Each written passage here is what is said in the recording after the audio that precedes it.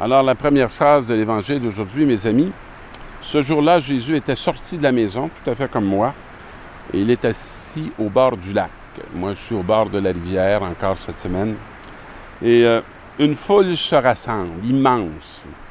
Et si bien que Jésus va monter dans une barque, pas parce qu'il veut se couper de la foule, mais parce qu'il va avoir la distance qui lui permet de la saisir et de la voir et de pouvoir lui adresser une parole. Et la parole qu'il va leur adresser cette semaine, c'est celle du semeur. Ce qui me touche à chaque fois que je lis cet évangile, c'est comment il ne retient pas la semence et que la semence, elle est abondante.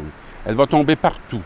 On pourrait dire même que c'est un semeur irresponsable parce qu'il ne prend pas soin de ses grains. Mais ça dit tout à fait la réalité de Dieu. Il sème en chacun de nous de façon abondante.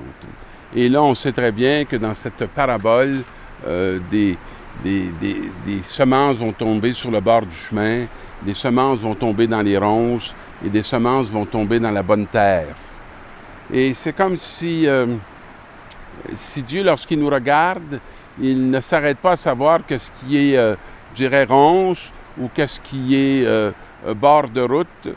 Il sème en abondance pour que ce qui va tomber dans la bonne terre puisse porter tout le fruit qu'il a à porter. Et on sait très bien que lorsque le fruit va pousser, il va redonner à nouveau en abondance des semences pour la prochaine pas récolte, mais la prochaine fois qu'il aura à semer. Et Jésus nous parle aussi dans cette parabole de ceux qui ont le cœur, les oreilles et qui ont la fermeture. Il dit, si ce peuple n'avait pas le cœur si dur et qu'il m'avait écouté, il aurait été guéri. Ce qu'il y a de précieux dans la parole de Jésus, c'est que c'est une parole qui guérit. Je posais une question dernièrement à une amie dans un centre hospitalier où je travaille.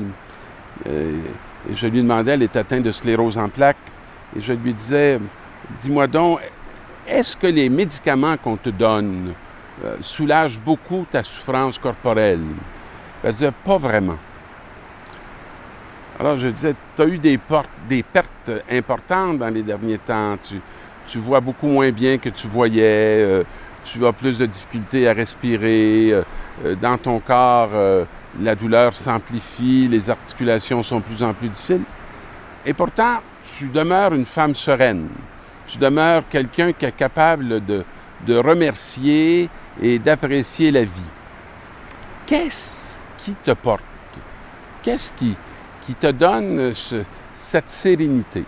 Puis elle me répondait, l'Eucharistie. Pour moi, c'était important parce que je voyais très bien que pour elle, l'Eucharistie, c'était pas un rite, c'était la rencontre de quelqu'un. Et quand on dit toute parole qui sort de ma bouche, Jésus ne parle pas de la bouche des prêtres, il ne parle pas de la bouche des diacres ou de la bouche de ceux qui sont en train de faire les lectures, mais il parle de son être à lui. Et toute cette réalité, je dirais, liturgique ou toute cette rituel n'est pas là pour nous enfermer dans un conformisme, mais là pour nous faire rencontrer quelqu'un qui n'est pas du passé, mais qui est du présent. Ce que je vous dis est bien secondaire par rapport à ce que lui a à vous dire. Mais si ce que je vous dis peut vous aider à entendre ce que lui veut vous communiquer, je pense que tout mon ministère prend son sens. Et cette parole-là, elle n'est pas enfermée dans ma réalité sacerdotale. Elle appartient à tout baptisé qui ont l'audace d'aller annoncer cette bonne nouvelle que nous avons été, je dirais, créés pour porter un fruit, pour une fécondité, et qu'un des grands dynamismes qui est dans notre être, c'est celui des passages, parce que l'esprit que le Seigneur nous donne nous fait passer constamment de la mort à la vie.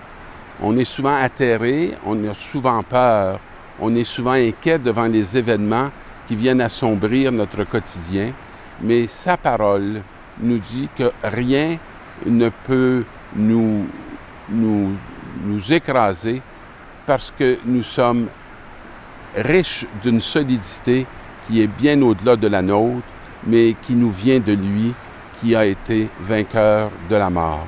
Alors, je vous souhaite une très bonne semaine avec cette espérance de savoir que vous êtes remplis d'une bonne nouvelle que vous pouvez annoncer à ceux que vous allez rencontrer. Au plaisir, bonne semaine.